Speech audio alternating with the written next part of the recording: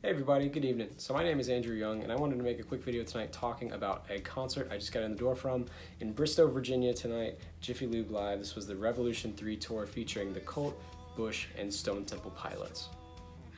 So a little bit of background knowledge on this show. So the Revolution 3 tour is a triple headlining tour between English rock band The Cult and grunge titans of Bush and Stone Temple Pilots. And when this tour first came out, I was initially really excited to get my tickets and go. I had never seen Stone Temple Pilots before. I'm a huge fan of that band.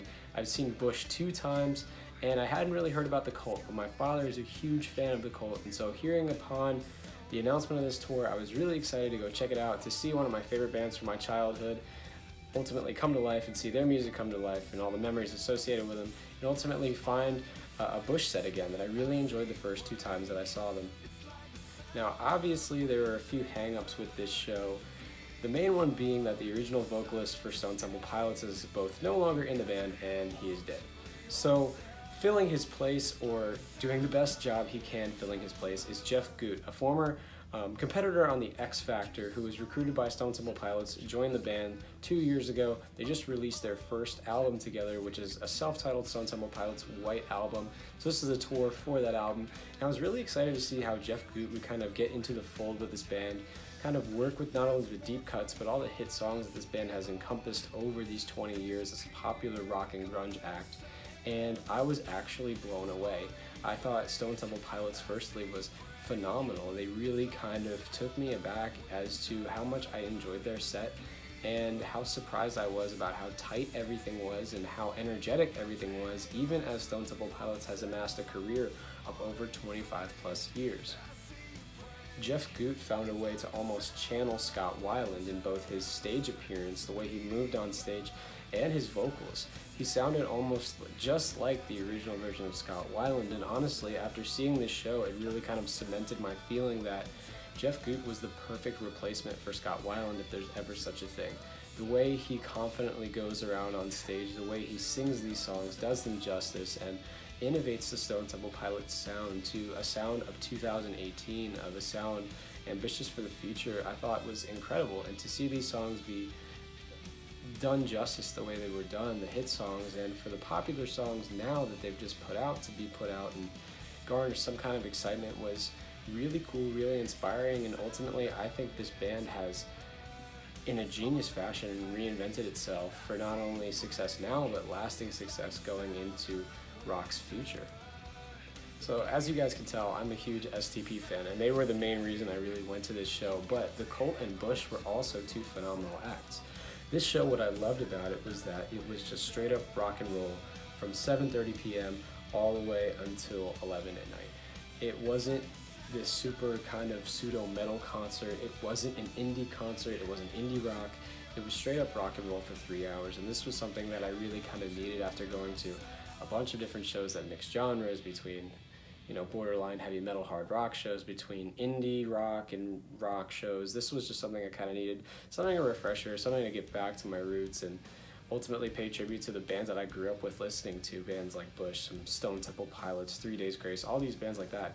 And I thought Bush and The Cult in particular did just a really good job of kind of adding to STP and rocking out. And I thought that every single band here really did a good job playing into the idea of the tour. I feel like this tour wouldn't really exist as successfully as it did without each of the pieces of the puzzle coming together and forming something great. As I just alluded to, this concert tour is really 3 pieces of a puzzle that ultimately come together to create a greater piece of art. And one thing I really love about it is that it's 3 bands. They play an equal amount of time. They each play for an hour, and they switch off every single night. So you'll never see the same lineup kind of going night to night. So in my case tonight, Bush was the headliner. They played last. The Cult played first, and Stone Temple Pilots played second. And I thought this was incredibly well done. I think had it been done a different way, you would have seen different reactions from the crowd. I think that, Bush playing last did a really good job of channeling their energy on stage that I've seen them do twice. And I thought this was a really great platform for them to tee off on the energy of the crowd as they do so well, and for the Cult to ultimately come out at the start of the show and play their songs to their cult following, which I really kind of found to be the case. I thought the show was just incredibly well done, and it surpassed my expectations by far, actually. So while I did have a blast with the show, I didn't think it was totally perfect.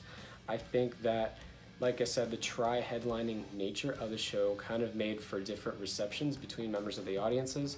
I think generally speaking, the most well-received band of the night was Stone Temple Pilots. I think that their catalog being more mainstream than Bush, or the Cult's kind of niche following and niche catalog, ultimately created for an act that was really tough to follow for Bush. And so I think for Bush, what their approach was to ultimately go with something energetic, something that plays off the energy from the crowd, and I think they did a phenomenal job of this. But I think that the tri-headlining nature and the fact that it's always switching is just going to provide a different reception from the audience to each of these bands as it goes through its tour. So like I said, it wasn't perfect. I think each of these bands has kind of a niche following that really only wants to see them, like it's the main draw. And so for some, I think, for example, a lot of people came to see the Cult, and after the Cult they just left, or they left and came back to see Bush.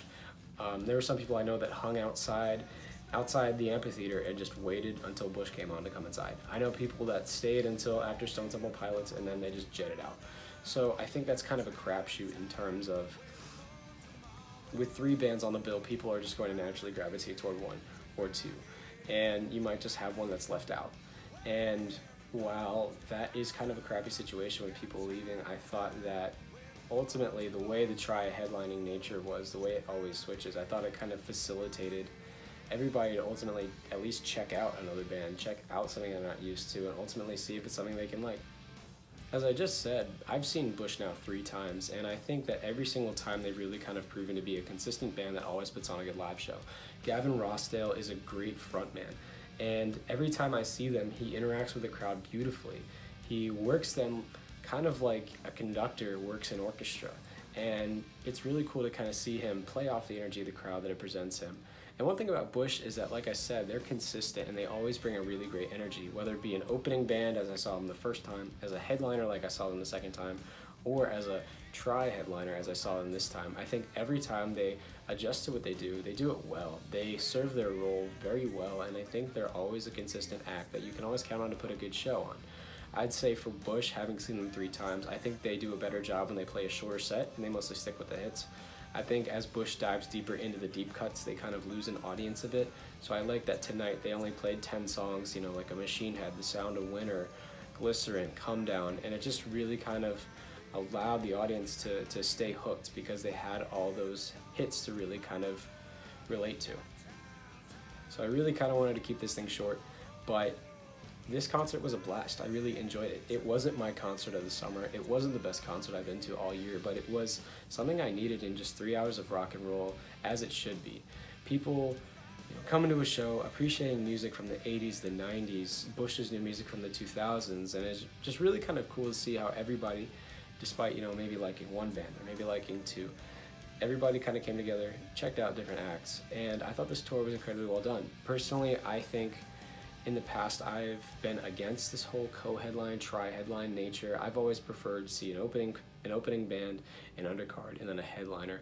But I think the way this was executed, you got just enough from each band. You got just enough from Stone Temple Pilots, and they weren't really diving into their deep cuts. You got their hits all the way through. You got the Cult's hits all the way through for that niche audience, and you got Bush's hits all the way through. And it was just a night full of hits from the 90s, the 80s, the 2000s that ultimately just kind of provide everyone a nice nostalgia trip. And so for anyone that kind of wants to go on that nostalgia trip, relive these songs that are attached to memories from the past, definitely go check this tour out. I really had a blast with it, and I hope you guys do the same. So that said, I had a blast with this tour. If it comes to your city, check it out. I really enjoyed it. As a huge fan of STP, I'm glad I saw them, and that's about it. So hope you guys have a great night. I'll talk to you soon.